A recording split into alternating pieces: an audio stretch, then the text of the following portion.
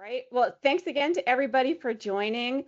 Today, we're going to be getting to listen to our presenters talk about Built to Thrive grants management strategies for tribal leadership.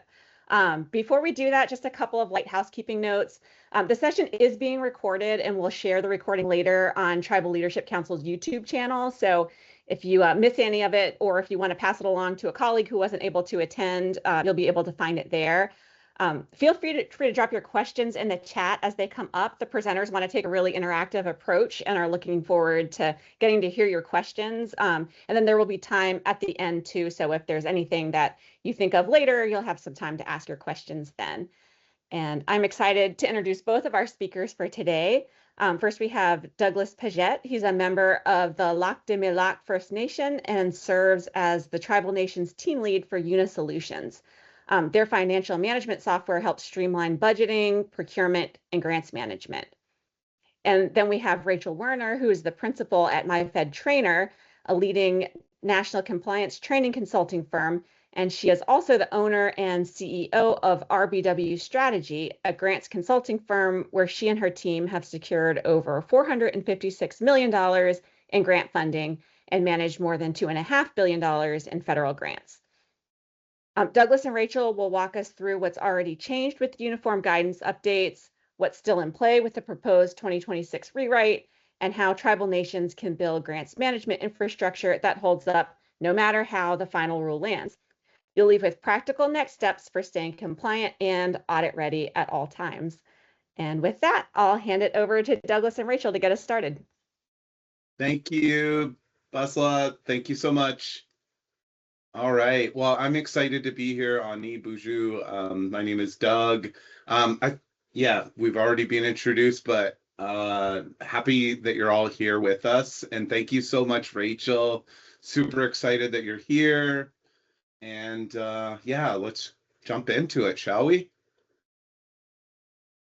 All right. So just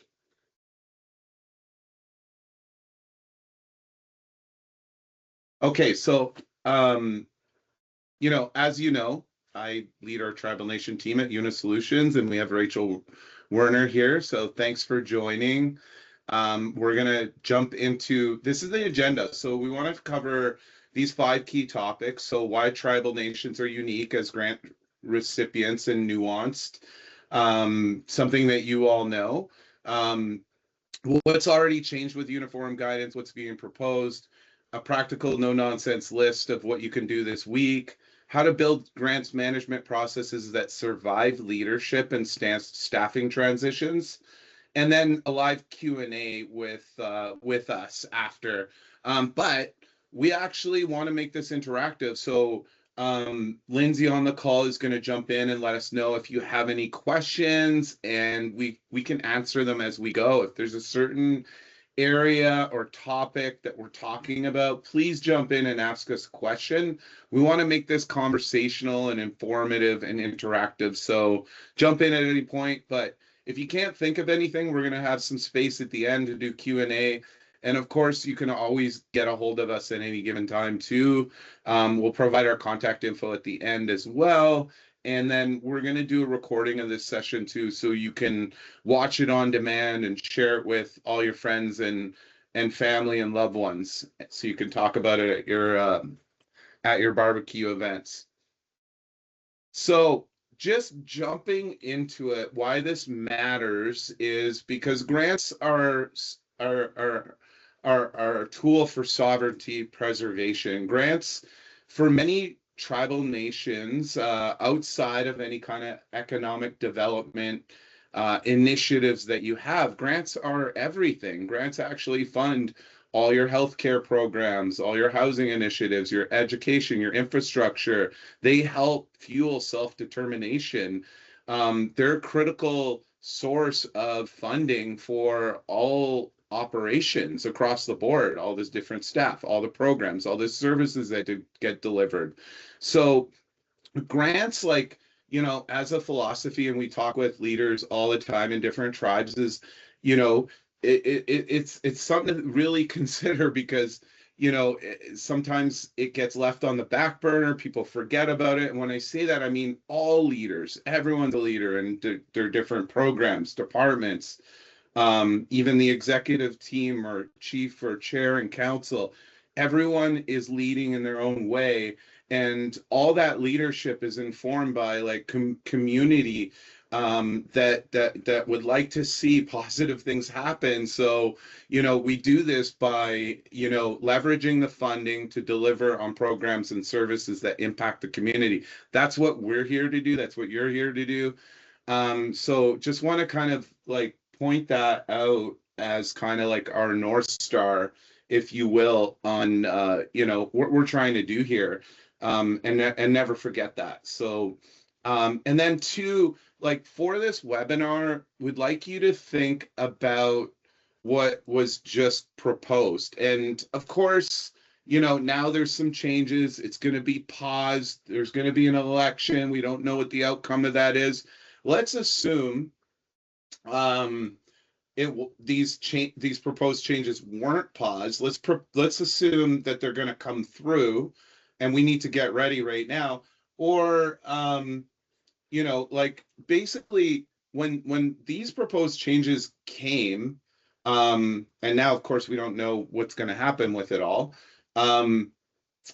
It created a shock, because we're going to get into what some of those proposed changes were, and are and could be, but it created a shock that Rachel helped me understand. Like this moment is a load-bearing test. So how prepared are you for changes? How well are you doing in your grants management today, outside of any kind of proposed changes?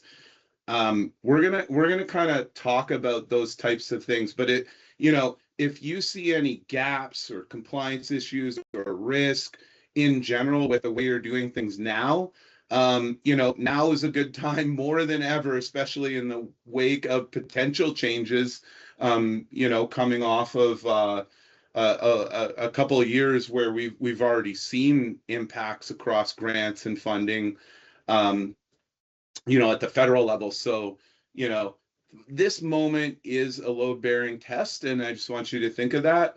Like, maybe you can test your own environment and do a review yourself and see kind of like where you stand, and this could be a great opportunity to strengthen all that posture and your institutional frameworks around the critical funding that you get.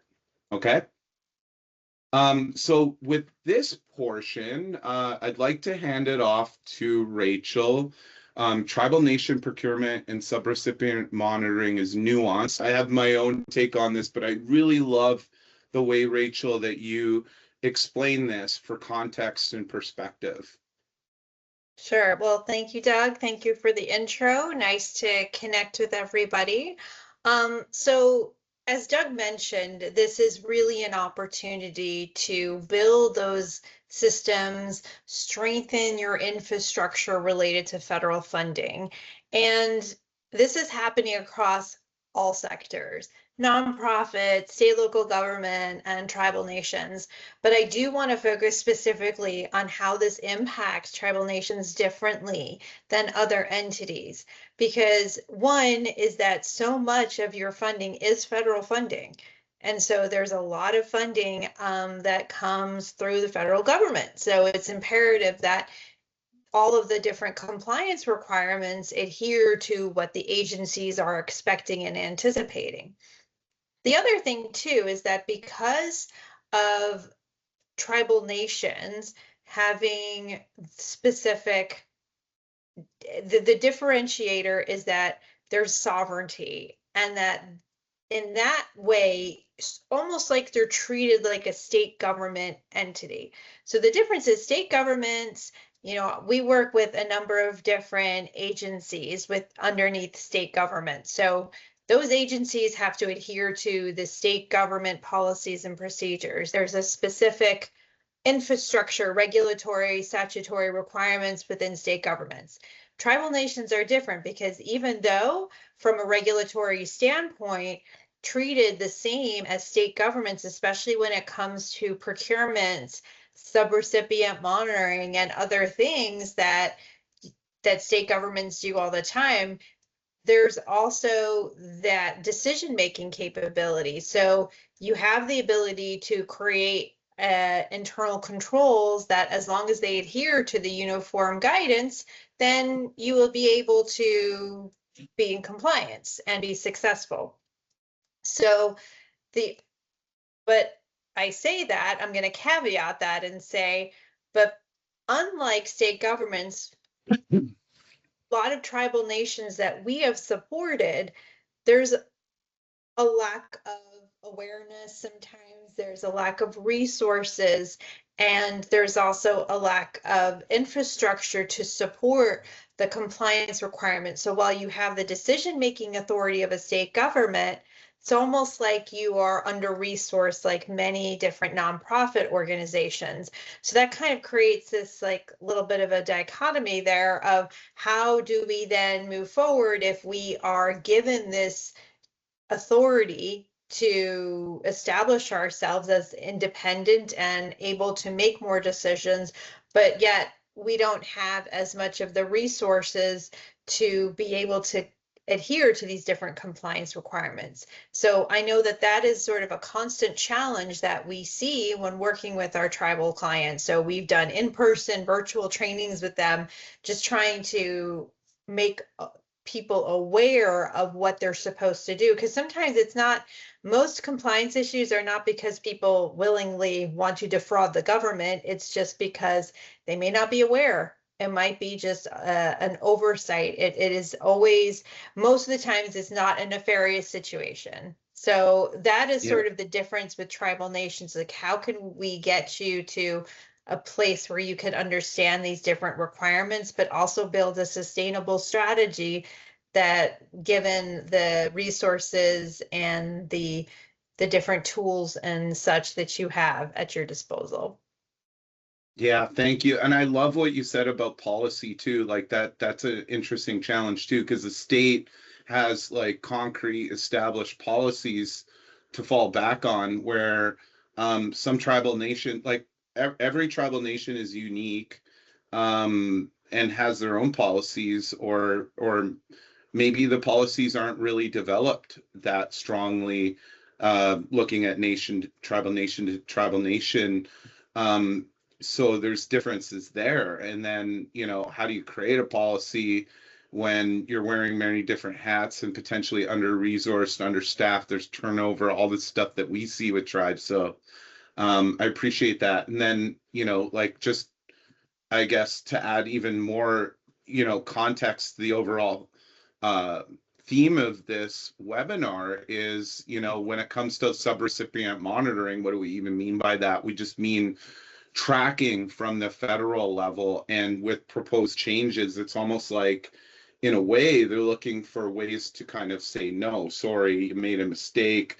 There's a reason. Now we can take something away. So, without with a lack of policy, something that the state enjoys. We're not saying tribes are states. We're just saying, the federal government might treat them kind of like a state, except where a state has concrete policies to fall back on, a tribe might not, right? Mm-hmm.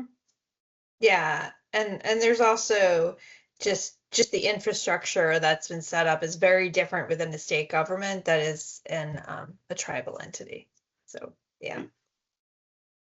Thank you. Okay, so jumping into some Q&A, and we have some loaded questions here. And again, jump in if you have any questions here. Rachel, starting with number one, the biggest changes what are the biggest changes tribal leaders need on their radar right now? Yeah, I mean, I could get into the nitty-gritty, but I won't. But I do want to give some overarching themes to what has been happening, and I'll just say this since January of 2025. So I think that the biggest changes have been much more attention and scrutiny on federal grants. And that has just been, I mean, people who I've spoken to in my personal life who have no idea what federal grants are now aware of them because they're in the national news. They're making headlines, they're drawing scrutiny, they're drawing attention. And so what that means is that it trickles down to those who are recipients, contractors, subrecipients, all entities that receive federal funding.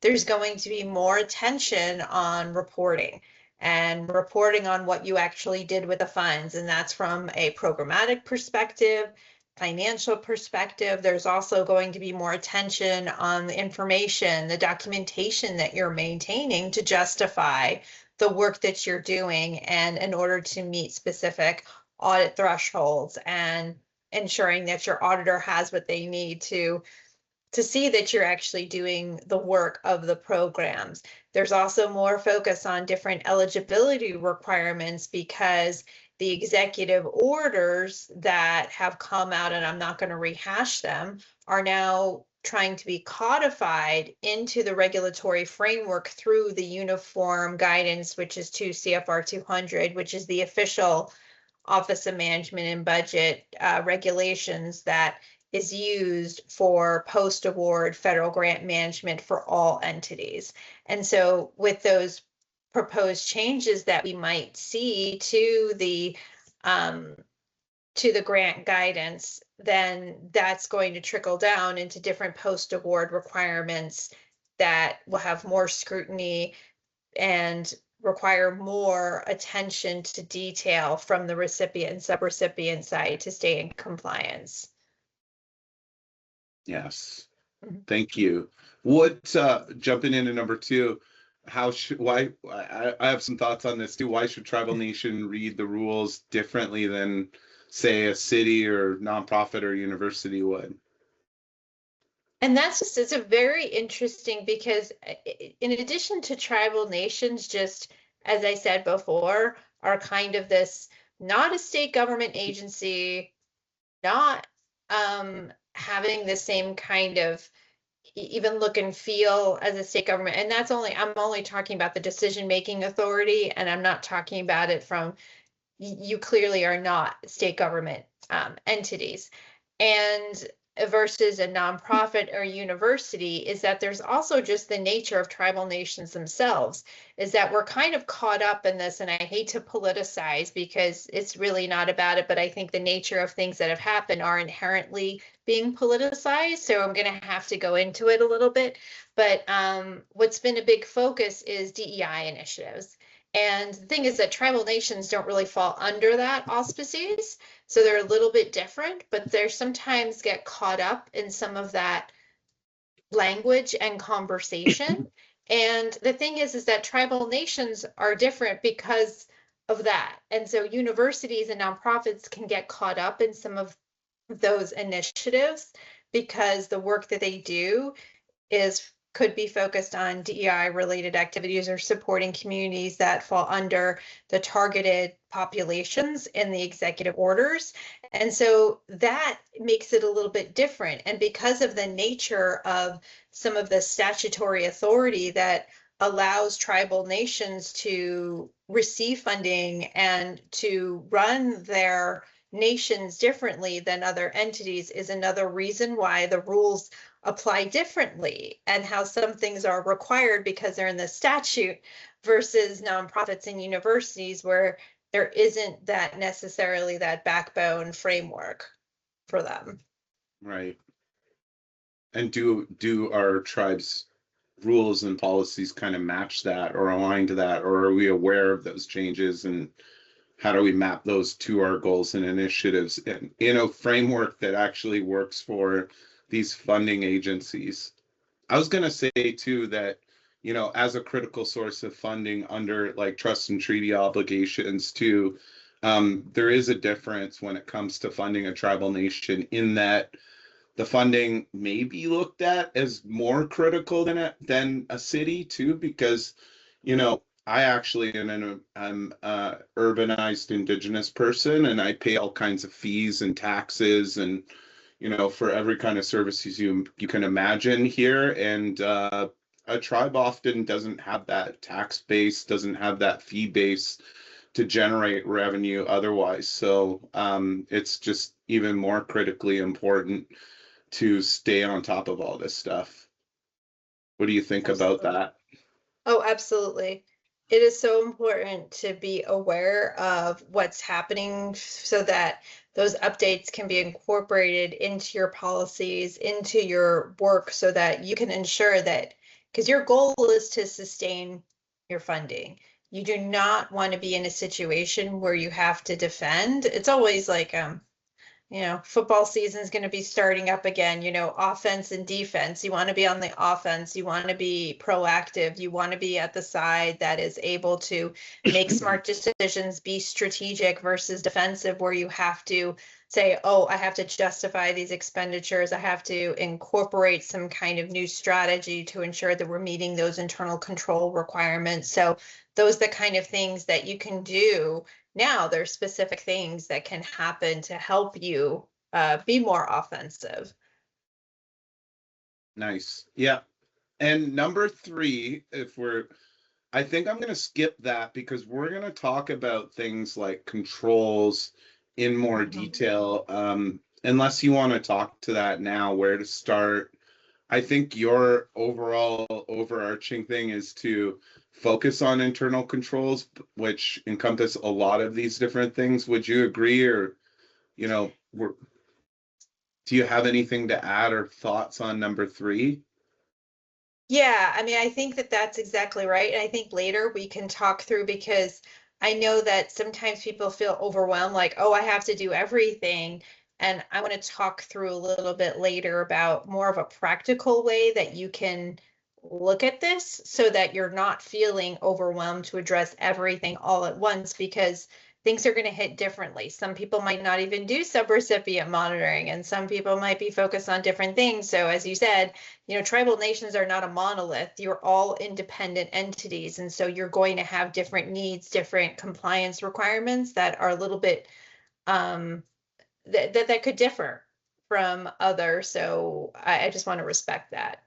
I appreciate it. And I appreciated that you said opportunities in practical ways so you're not overwhelmed, because I did say, this is like a load-bearing moment and we should pay attention and be afraid. But, or even the title where I said, sovereignty preservation, which is true. We want to preserve sovereignty, but like grants as a tool to kind of like further impact that self-determination, like, is also another ongoing theme that we talk about to our tribal customers, because you know what, ultimately at the end of the day, if you're on top of and proactive with all this stuff, then you can be in a position to help increase your operational capacity so you can actually go after more funding and have a greater impact. So practical tips, I think, are always welcome in this,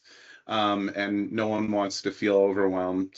Okay, number 4, how to build grants processes that survive change in leadership. This is actually going to be talked about at some of the conferences coming up, is, like, how do we continue processes after, like, say there's an election and there's new leaders coming into the tribe? Like, how can we build this today or enhance what we have so that all these processes can survive and continue? Yeah, I call it the keeper of knowledge. And every organization I've worked with, government or tribal or nonprofit, there's always like someone who's been there for a long time, or who is responsible for understanding these different compliance requirements, who knows 2 CFR 200.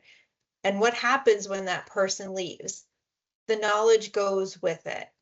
And I think that the point that you're making is that we need to codify. How can we incorporate this into day-to-day practices? That's why the internal controls, you're going to hear me, I sound like a broken record, but things like your policies and procedures, the documentation, if you don't have things written out, if it is not incorporated into job descriptions, if you are not meeting on a regular basis across the organization to really understand how funds are being spent. It then becomes this siloed process. And so I think that there are some manageable ways that you don't have to do this every day, but enough that you are aware of the different components of administering a federal grant. And so there's systems, there's technology, there's people, and it's not just one person. There's consistent training that can happen. There's the policies that can reflect the work that's being done and how it should be. So there are things like that.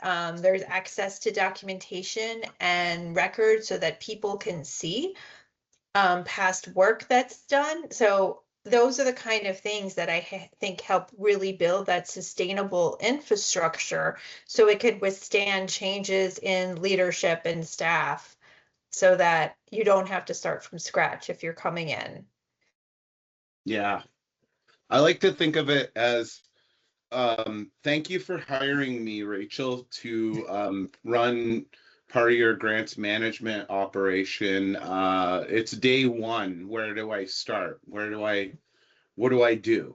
Like, Yeah. one way to think about it, it's like, where do I go to learn the basics, like grants 101 for this tribal organization? Like, how do we do things?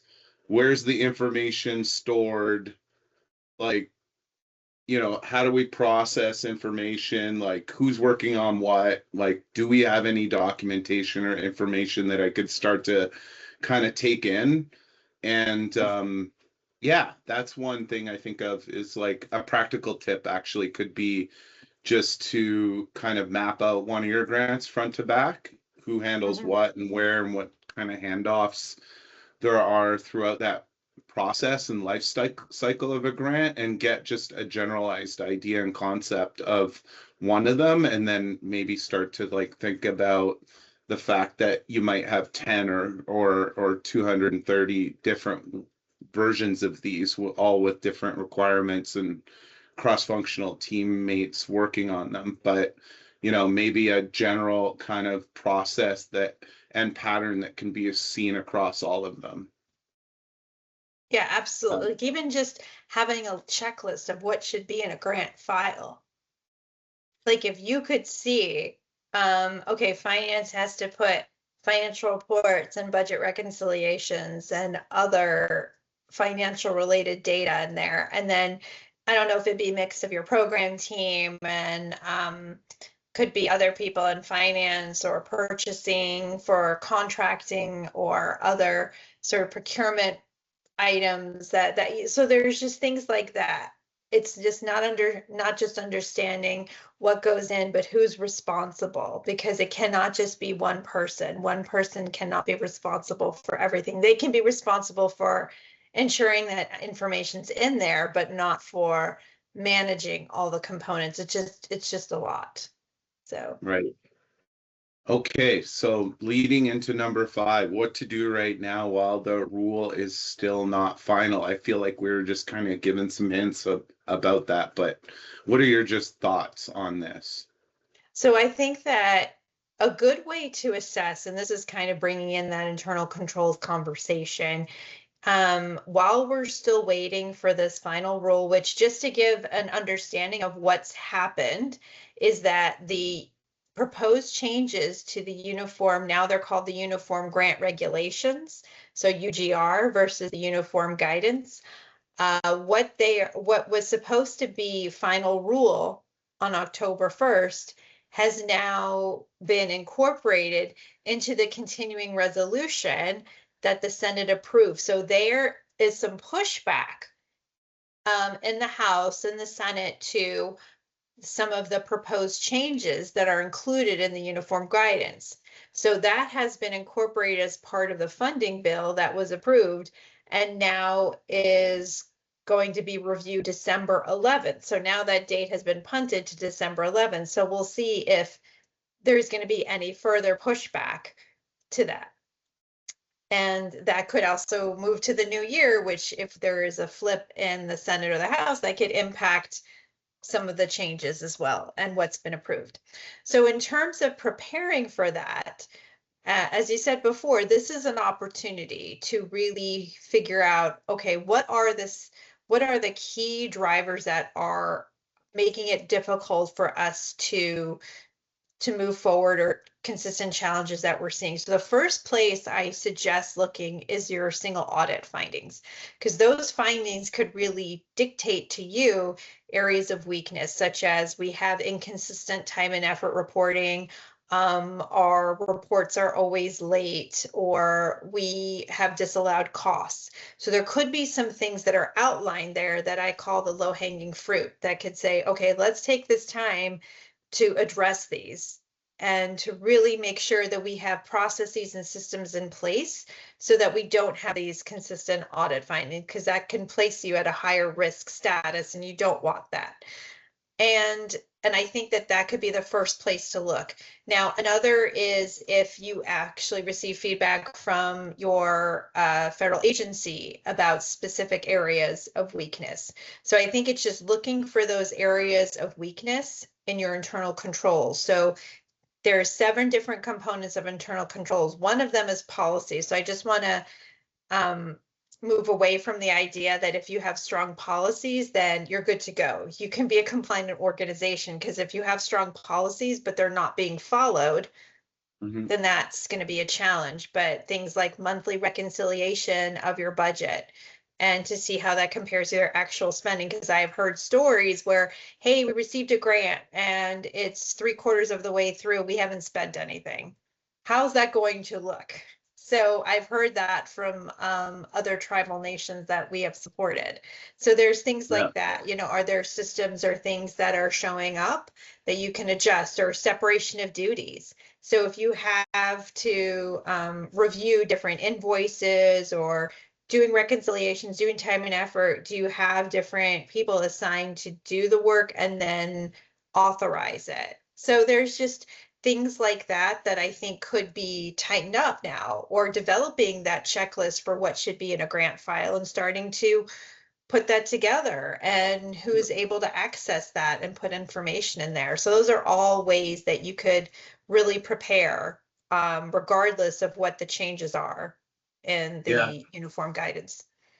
One thing we recently did is kind of retire in our software a model around goals and strategies, just to replace it with a 3-tier framework around deliverables, measures, and activities, because like goals and strategies no longer map to how federal funders expect performance to be reported, especially moving forward. They want specific outcomes and deliverables to be documented, tied to quantifiable measures, and not these open-ended narrative goals. And so we needed to kind of adjust our framework and structure to match that directly. So just one of the things we've been thinking about, because starting to work on already, so our clients are prepared, because moving into the next slide,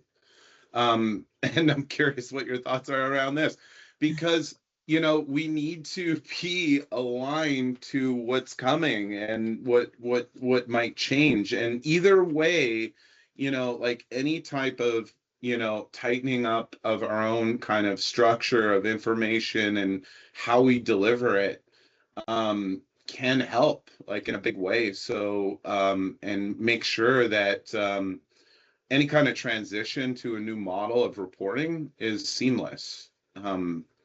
So curious what your thoughts are. I know some of you are kind of wondering, and you might have heard of this, and one of the big one is easier award termination. If they find something that doesn't match up or doesn't line up with any kind of new rule, you can have your funding abruptly terminated. And to me, that is huge when it comes to staffing and layoffs and even budgeting. How do you backfill that budget gap, and just operationally how you kind of would have to stop all the things that could happen if you did have an award terminated. You kind of have to stop and drop everything you're doing and kind of like have an emergency meeting to discuss like how you're going to continue to deliver these programs or reallocate funding. That's just one area, but I'm curious what your thoughts are on this one or any of these, like, and what insights you can provide. Yeah, I mean, it's interesting because when I was reading comments from Susan Collins, who was the head of the Appropriations Committee to really design the Senate response in the funding bill, she mentioned the award termination and the oversight of political appointees, which is the scrutiny of the different reports and awards. So the easier award termination, I'll give you plenty of examples there because I have been doing training, and then the past 18 months, I'll go into a session and I'll say, raise your hand if you've had an award terminated, and likely at least half of the room raises their hand. And that did not happen before. And what they're trying to do, because it's always been much easier to terminate contracts, federal contracts versus federal grants.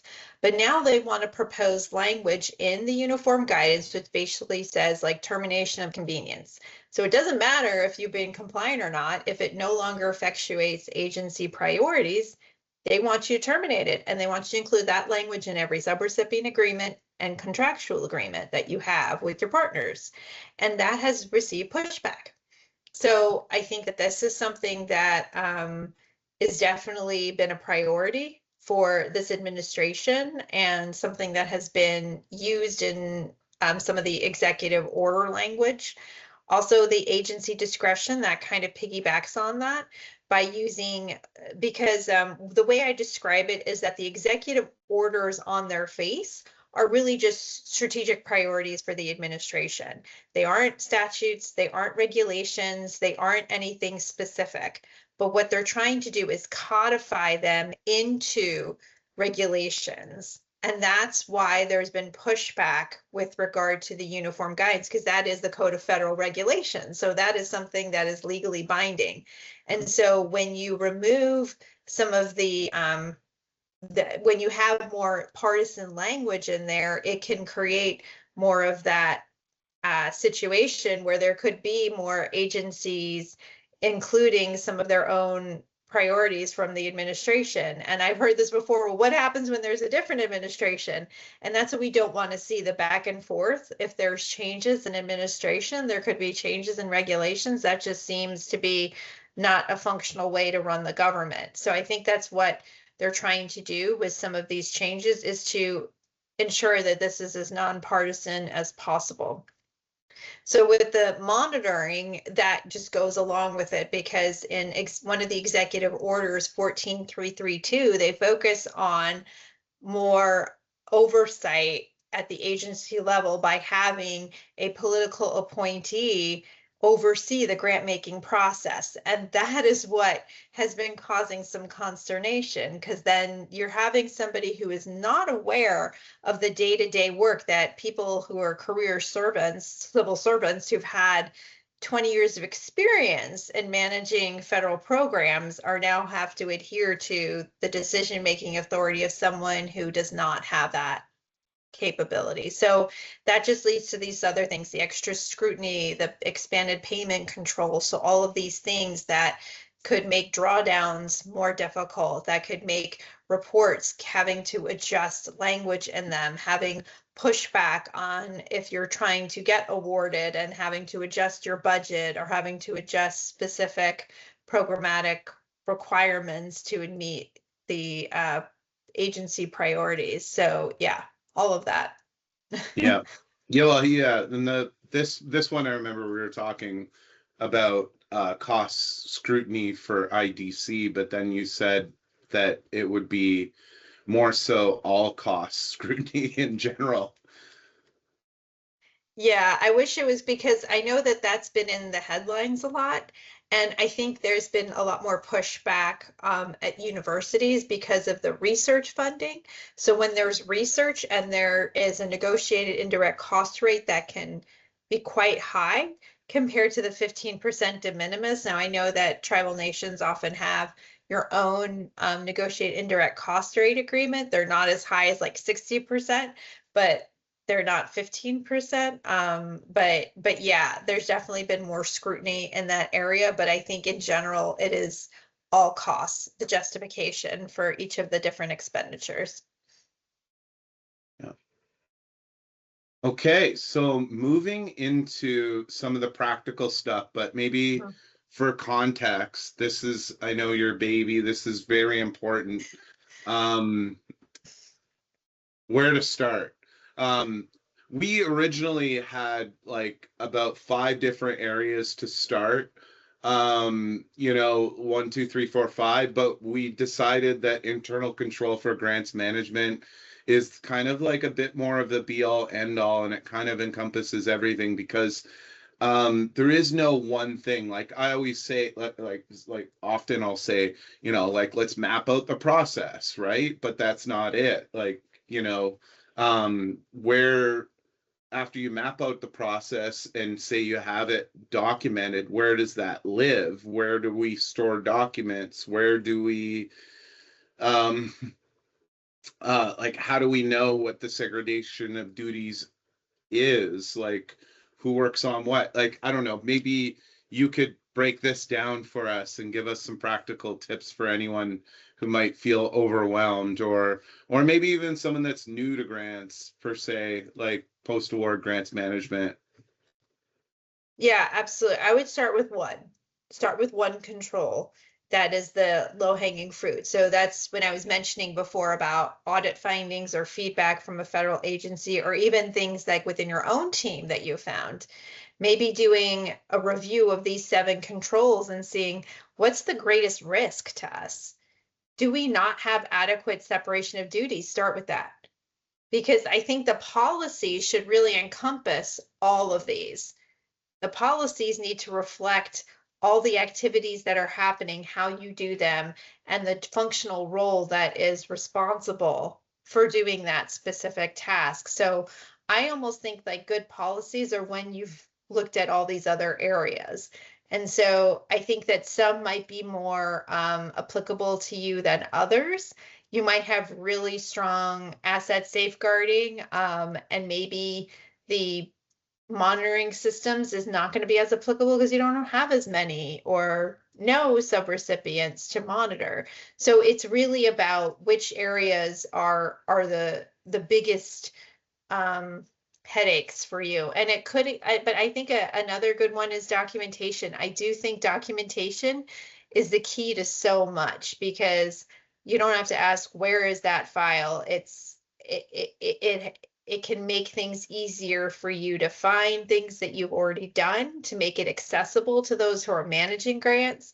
But I do believe that if you focus on one at a time and really take the time to think about how this works, how you can strengthen it, then you can move on to the next one. And you could have different groups, you know, because like your reconciliations, that could be a more finance oriented activity. Whereas your documentation could be something more operations that someone else might be taking ownership of, your grant manager. So you could have these things happening at the same time, but just not doing them all in the same pace because the relevance is going to be different for each nation. Thank you. That's fun. Yeah, documentation is huge because there is a lot of turnover. It could even be, you know, someone quit, or it could be someone went on mat leave, and it's, you know, if you have some of these other things here situated, you know, and someone does leave, there's turnover or something like that, you know, we want to know like what they were working on, where, what, you know, when, and pick up, you know, where they left off. Absolutely. So what to watch next, and we're rounding out the webinar soon, so we're going to open up into Q&A in a minute. I guess we're in a holding pattern on any kind of changes. I guess we'll see what happens in December. Agency implementation plans. I'm curious what I guess you think about that, because like not only like the changes come, but then they impact all the different agencies, and some of those agencies might even be understaffed too. So it's something I actually just thought about right now. But yeah, what do you think about that?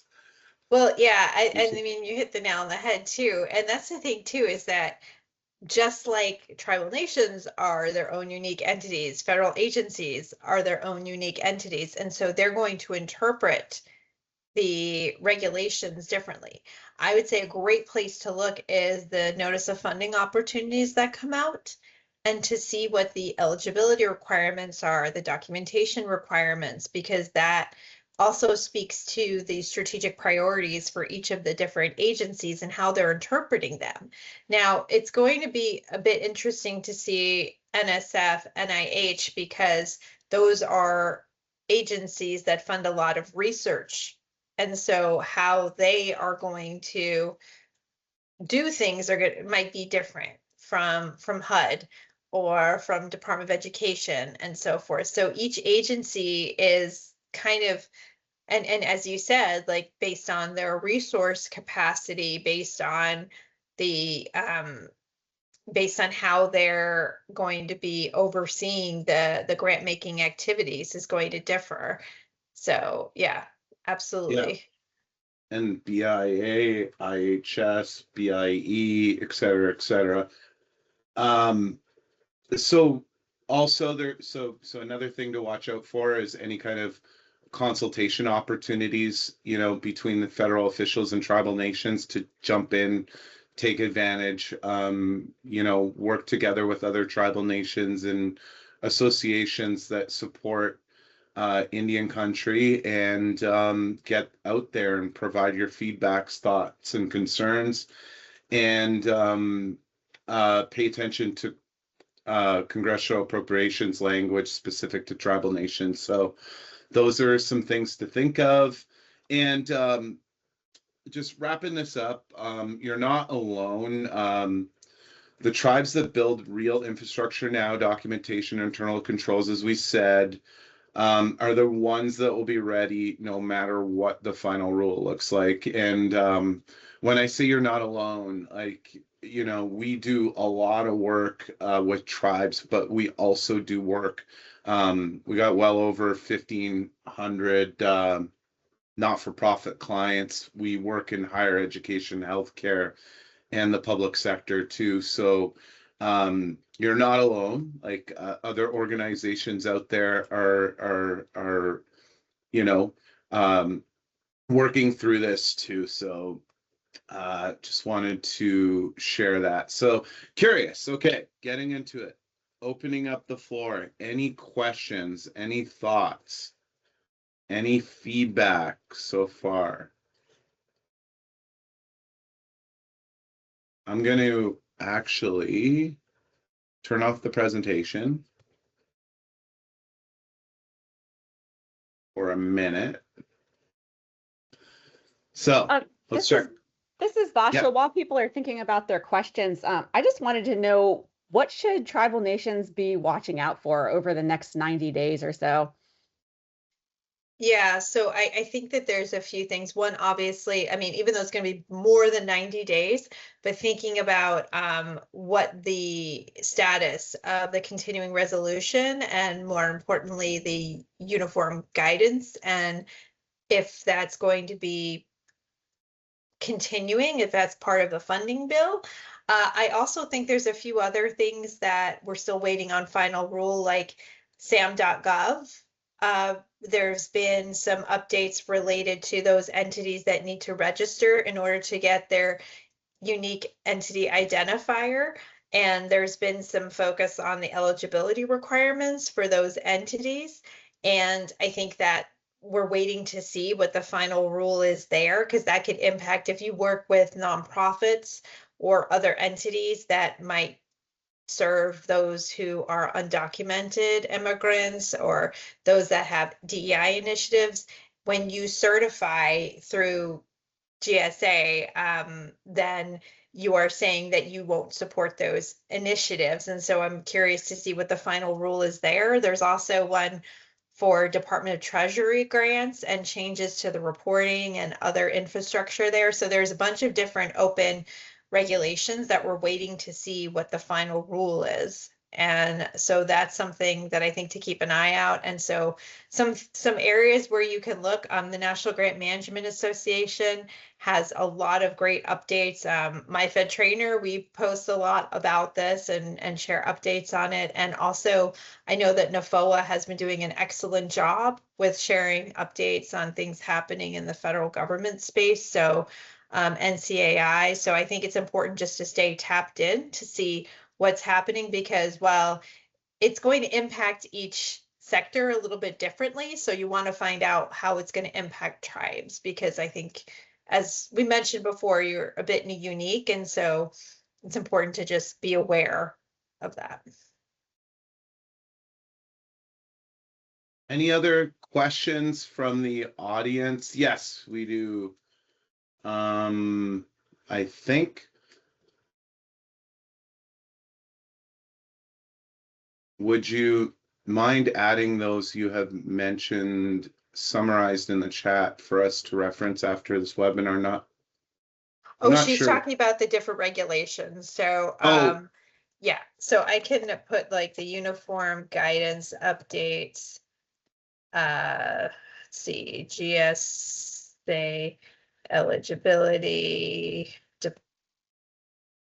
Department of Transportation grant updates. So I'm just putting them in here. These are not the official names of them. We can obviously look them up. I don't have the specific links offhand, because usually when I do include that, I'll include the link, but I don't have those available right now. But if you want to email me separately, I can definitely share them with you.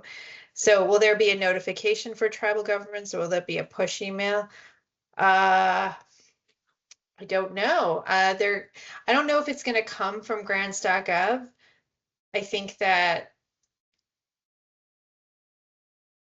you're going to have to look at other sources. One of the, this is why associations can provide those updates, because they do have advocates that work for the associations that are more tapped into what's happening on Capitol Hill.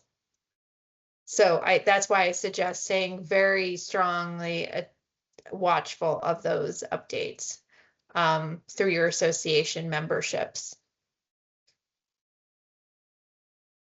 There's another question here. When these rules finally come out, will there be a notification for tribal governments, or will it just be a push email from grants.gov?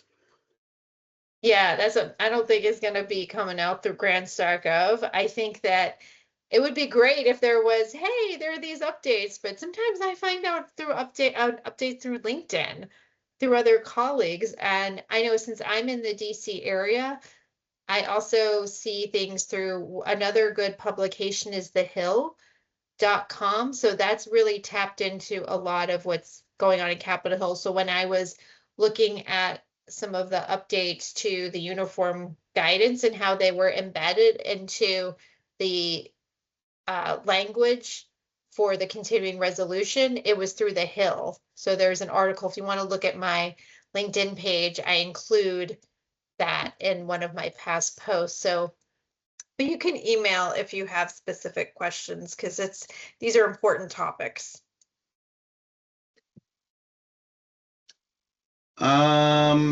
So we have a couple more minutes left. Thank you. I'm gonna start calling out people by name that I know here. If you don't ask a question, just kidding, by the way.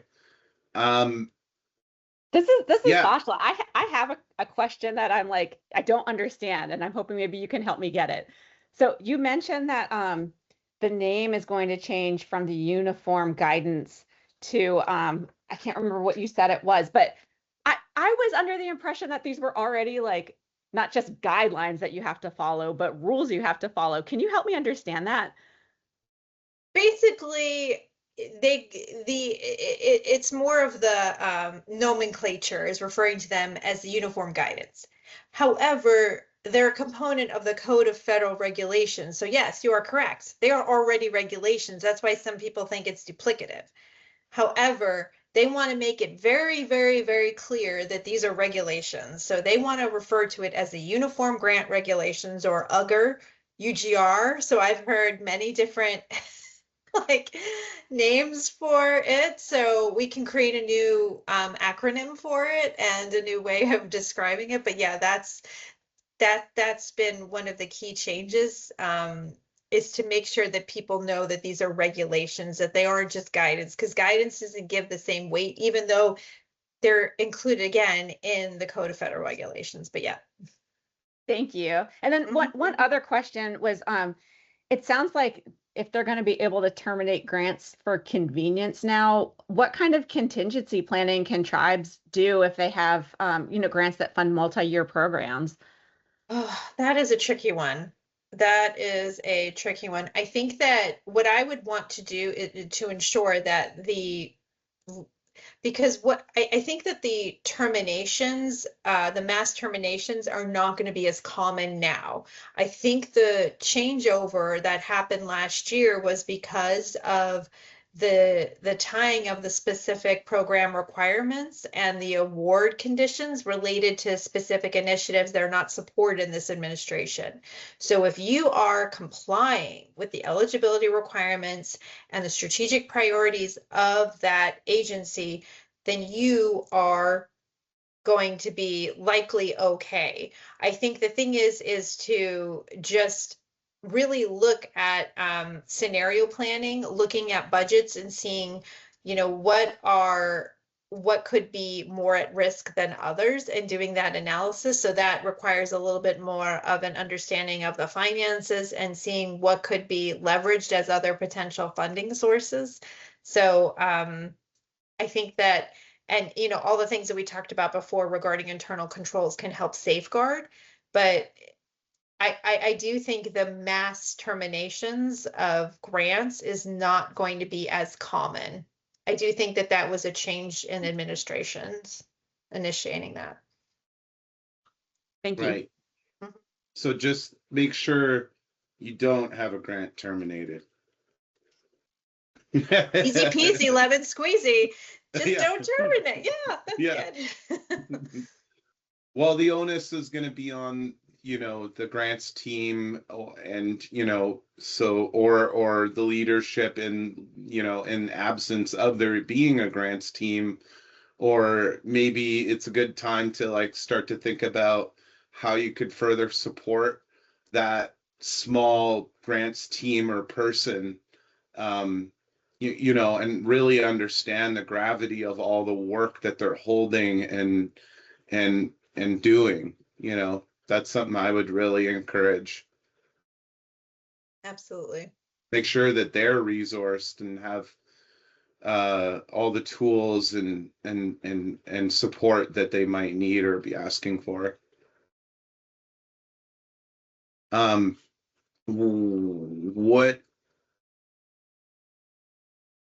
if the grant is in relation to treaties, and is terminated for convenience? I think Rachel answered that. I don't know if any will just be randomly terminated or changed, like what happened in the past. But there could be definitely more rules that, if not followed, could lead to termination. That's a good question. I don't know. What do you think? Yeah, I think that a lot of that's a constitutional question, actually. So this is where litigation comes in, because of the fact that statutes are, if you're looking at a hierarchy, statute, regulations, guidance, and executive orders are down here, which is why they want to get them up here. So statutes, the treaty language is in statutes. You do not mess with that. That is legally binding. So you cannot just terminate grants for convenience that is in statute. That is when you can actually have a legally defensible case, I believe. And that has happened with some of these, not necessarily with tribes. I haven't necessarily seen that with tribes, but more for some of these other initiatives that there's been some pushback, because they're like, well, this is actually you don't have a case for it, and there has been some funding reversed. So I do believe that I don't know if they're going to necessarily do that, and if you do, then that's when you hire a grants attorney.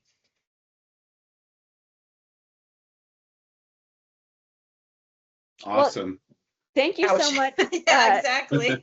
But that's a good position because you can be protected. You have protection. And I think that's the case, is that you want to ensure that you're protected as much as possible.